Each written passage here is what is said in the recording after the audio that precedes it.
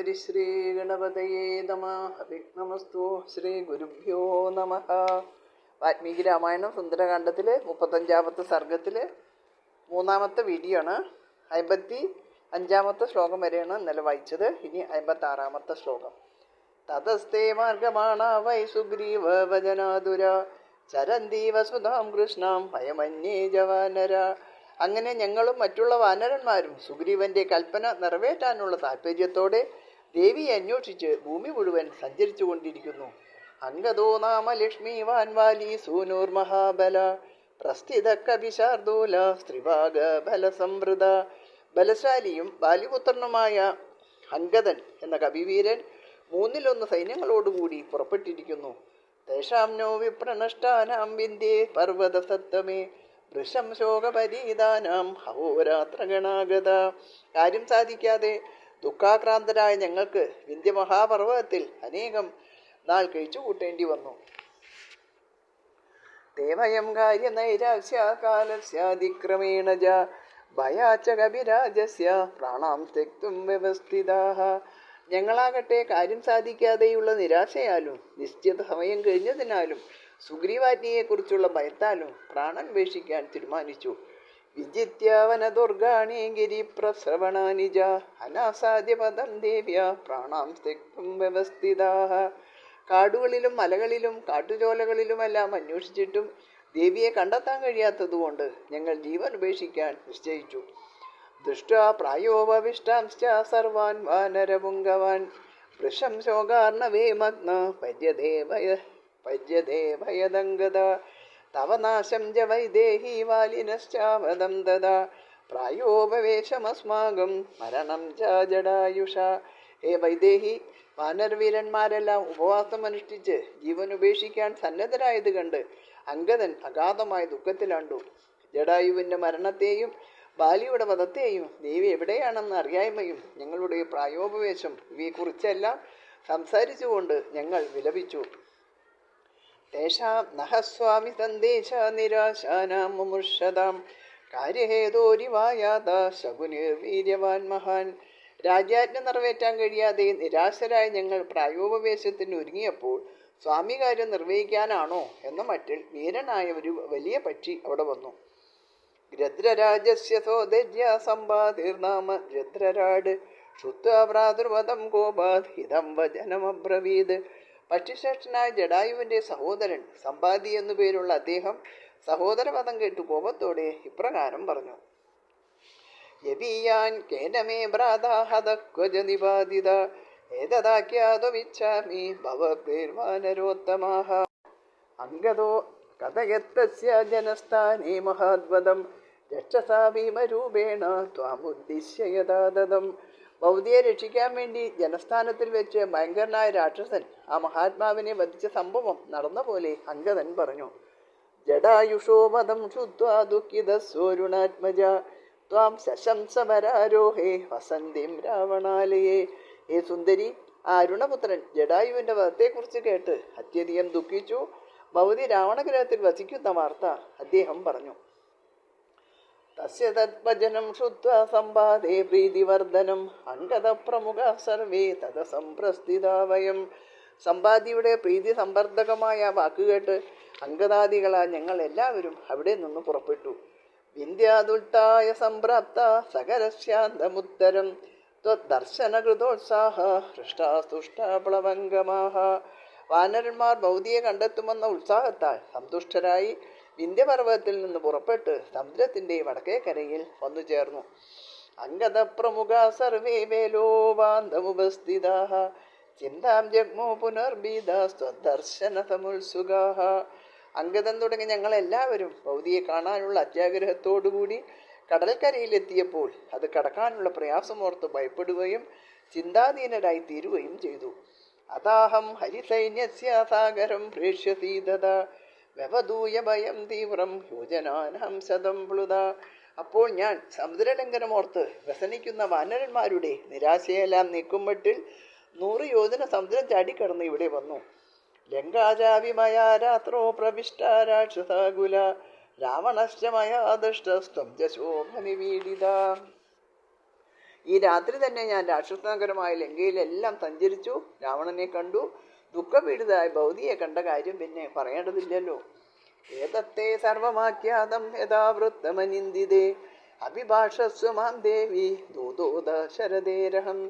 നിഷ്കളങ്കയായ ദേവി, നടന്ന പ്രകാരം തന്നെ ഈ കഥകളെല്ലാം ഞാൻ ഭൗതിയോട് പറഞ്ഞു കഴിഞ്ഞു. ഞാൻ ദാശരഥിയുടെ ദൂതനാകുന്നു.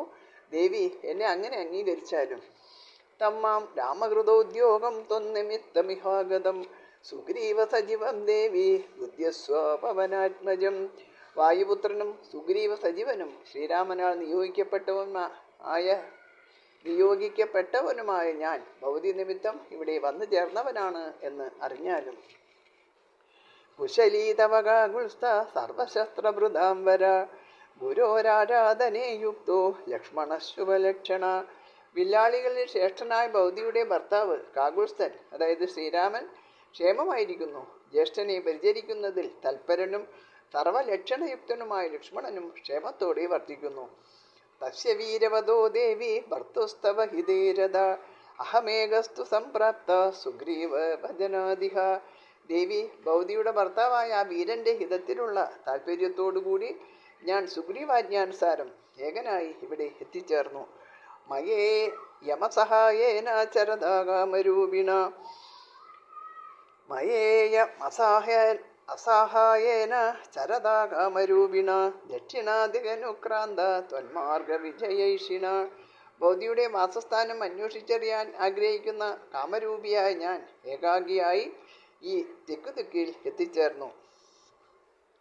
മയേ യമസഹായേന ചരദാകാമരൂപിണ ദക്ഷിണാധികനുക്രാന്ത ത്വന്മാർഗ വിജയേഷിണ. ദിഷ്ട്യാഹം മരിസൈന്യാനാം ത്വന്നാശമനുശോചതാം അപനേഷ്യാമി തന്താപം തവാഭീഗമശംസനാത്. ഭൗതിയെ കാണാതെ ദുഃഖിച്ചിരിക്കുന്ന വാനര സൈന്യത്തെ ഭാഗ്യവശാൽ ഭൗതിയെ ദർശിച്ച വിവരം അറിയിച്ച് ആശ്വസിപ്പിക്കുവാൻ ഞാനിതാ പോകുന്നു. ദിഷ്ട്യാഹി മമനവ്യർത്ഥം ദേവി സാഗരലംഘനം പ്രാപ്സ്യാമ്യഹമിതം ദൃഷ്ട്യാ ത്വദ്ദർശനകൃതം യശ. ദേവി, സമുദ്രലംഘനം വ്യർത്ഥമായി പോകാതിരുന്നത് എൻ്റെ ഭാഗ്യം തന്നെ. ഭാഗ്യം കൊണ്ട് തന്നെയാണ് ഭൗതിയെ കണ്ടതുകൊണ്ടുള്ള യശസ്സും എനിക്ക് ലഭിക്കാൻ പോകുന്നത്. രാഘവശ്ച മഹാവീര്യ ക്ഷിപ്രം ത്വാം അഭിപത്സ്യതേ സമിത്രബാന്ധവം ഹത്വാ രാവണം രാക്ഷസാധിപം. മഹാവീരനായ ശ്രീരാഘവൻ രാക്ഷസാധിപനായ രാവണനെ ബന്ധുമിത്ര സഹിതം വധിച്ച് ഭൗതിയെ ഇതാ വീണ്ടും കൊണ്ടുപോവാൻ പോകുന്നു. മാല്യവാൻ നാമ വൈദേഹി ഗിരീണാമുത്തമോ ഗിരി തതോഭ്യഗച്ഛത് ഗോകർണം പർവ്വതം കേസരി ഹരി. വൈദേഹി, പർവ്വതശ്രേഷ്ഠനായ മാല്യവാനിൽ നിന്ന് കേസരി എന്നൊരു വാനരൻ ഗോകർണഗിരിയിലേക്ക് പോയി. സജ ദേവർഷിഭിർദിഷ്ടാ പിതാ മമ മഹാകവി തീർത്ഥേ നദിപതേ പുണ്യേ ശമ്പസാധനമുദ്ധരൻ. ദേവട്ടികളുടെ ആജ്ഞാനുസാരം എൻ്റെ പിതാവായ അദ്ദേഹം സാഗര പുണ്യതീർത്ഥത്തിൽ വെച്ച് ശമ്പസാധനൻ എന്ന അസുരനെ വധിച്ചു. തസ്യാഹം ഹരിണക്ഷേത്രേ ജാതോ ബാധേന മൈഥിലി ഹനുമാനിധി വിഖ്യാതോ ലോകേസേനൈവ കർമ്മണ. മൈഥിലി, ആ വാനരൻ്റെ ഭാര്യയിൽ വായുവിൽ നിന്ന് ജനിച്ചവനാണ് ഞാൻ. സ്വന്തം കർമ്മത്താൽ തന്നെ ഹനുമാൻ എന്ന പേരിൽ ലോകത്തിൽ ഞാൻ വിശ്രുതനാണ്. വിശ്വാസാർത്ഥം ദുവൈദേഹി ഭർത്തൂരുക്താമയ ഗുണ അജിരാദ്രാഘവോ ദേവി ത്വാമിതോ നൈദാനകേ. പുണ്യവതി ദേവി വൈദേഹി, ഈ കാര്യത്തിൽ വിശ്വാസമുണ്ടാകാൻ വേണ്ടി ഭൗതിയുടെ ഭർത്താവിൻ്റെ ഗുണഗണങ്ങൾ ഞാൻ പ്രകീർത്തിച്ചു. ശ്രീരാമൻ ഭൗതിയെ വളരെ വേഗം ഇവിടെ നിന്ന് കൊണ്ടുപോകും തീർച്ച. ഏവം വിശ്വാസിത സീത ഹേതുഭിശോകർഷിത ഉപപന്നേരഭിജ്ഞാനേ ദൂതം തമവഗച്ഛതി. ശോകപരവശിയായ സീത ഈ പറഞ്ഞ വാക്കുകൾ, അടയാളങ്ങൾ, യുക്തികൾ എന്നിവയാൽ ഹനുമാൻ രാമദൂതനാണ് എന്ന് തീർച്ചയാക്കി. അതുലം ജാഗതാ ഹർഷം പ്രഹർഷേണ ജാനകി നേത്രാഭ്യാം വക്രഭഷ്മഭ്യാം മുമോജാനന്ദജം ജലം. ജാനകി അതുല്യമായ ആനന്ദത്തിൽ മുഴുകി സന്തോഷാധിക്യത്താൽ ഇടതൂർന്ന ഇമകളോടുകൂടിയ നേത്രങ്ങളിൽ നിന്ന് ആനന്ദാശ്രുക്കൾ ഒഴുകി. ചാരുതത് വചനം ദസ്യാതാം അശ്രുക്ലായതേക്ഷണം അശോഭത വിശാലാക്ഷ്യ രാഹുമുക്ത ഇവോടുരാട്. ആ വിശാലാക്ഷിയുടെ ചുവന്നു വെളുത്ത് നീണ്ട കണ്ണുകളോടുകൂടിയ അനുപം സുന്ദരമായ മുഖം രാഹുവിൽ നിന്ന് മുക്തനായ ചന്ദ്രനെ പോലെ വിളങ്ങി. ഹനുമന്തം കവിം വ്യക്തം മഞ്ഞതേ നാഞ്ഞതേ ദിശ. അതോ വാച ഹനുമാംസ്താം ഉത്തരം പ്രിയദർശനം. ആ വാനരൻ ഹനുമാൻ എന്ന് തന്നെ എന്ന് അവൾ തീർച്ചപ്പെടുത്തി. മറ്റൊരു സംശയവുമില്ല. ഹനുമാനാകട്ടെ കാരുണ്യം വടിയുന്ന കടാക്ഷം പൊഴിക്കുന്ന ദേവിയെ നോക്കി പറയാൻ ബാക്കിയുള്ള കാര്യങ്ങളും അവരെ അറിയിച്ചു. ഏതത്തെ സർവമാജ്ഞാതം സമാശ്വസി മൈഥിലി കിം കരോമി കഥം വാദേ രോചതേ പ്രതിയാമിഹം. ഹേ മൈഥിലി, ഞാൻ ഭൗതിയെ ഉള്ളതെല്ലാം ഉള്ള പ്രകാരം തന്നെ അറിയിച്ചു കഴിഞ്ഞു. ആശ്വസിക്കൂ, മനസ്ഥൈര്യത്തോടെ ഇരിക്കൂ. ഞാൻ വിടകൊള്ളട്ടെ. ഇനി ഞാൻ എന്താണ് ചെയ്യേണ്ടത്? ഭൗതിയുടെ ഇഷ്ടം. അതേ സുരേ സംയതി ശംഭസാദനേ കവിപ്രവീരേണ മഹർഷിചോദനാത് തതോസ്മി വായുപ്രഭവോ ഹി മൈഥിലി പ്രഭാവതസ്ത പ്രതിമശ്ച വാനര. മൈഥിലി, മഹർഷികളുടെ ആജ്ഞാനുസാരം ശംഭസാദനൻ എന്ന അസുരൻ യുദ്ധത്തിൽ കൊല്ലപ്പെട്ടപ്പോൾ ഋഷിപ്രസാദത്താൽ വാനരൂപിയായി വായുഭഗവാന് ജനിച്ചവനാണ് ഞാൻ. അങ്ങനെ വായുപുത്രനായ ഞാൻ വായുതുല്യനുമാണ്. ഇതോടുകൂടി 35ാമത്തെ സർഗം ഇവിടെ അവസാനിച്ചു. എല്ലാവർക്കും നമസ്കാരം. സർവത്ര ഗോവിന്ദ നാമ സങ്കീർത്തനം. ഗോവിന്ദ ഗോവിന്ദ.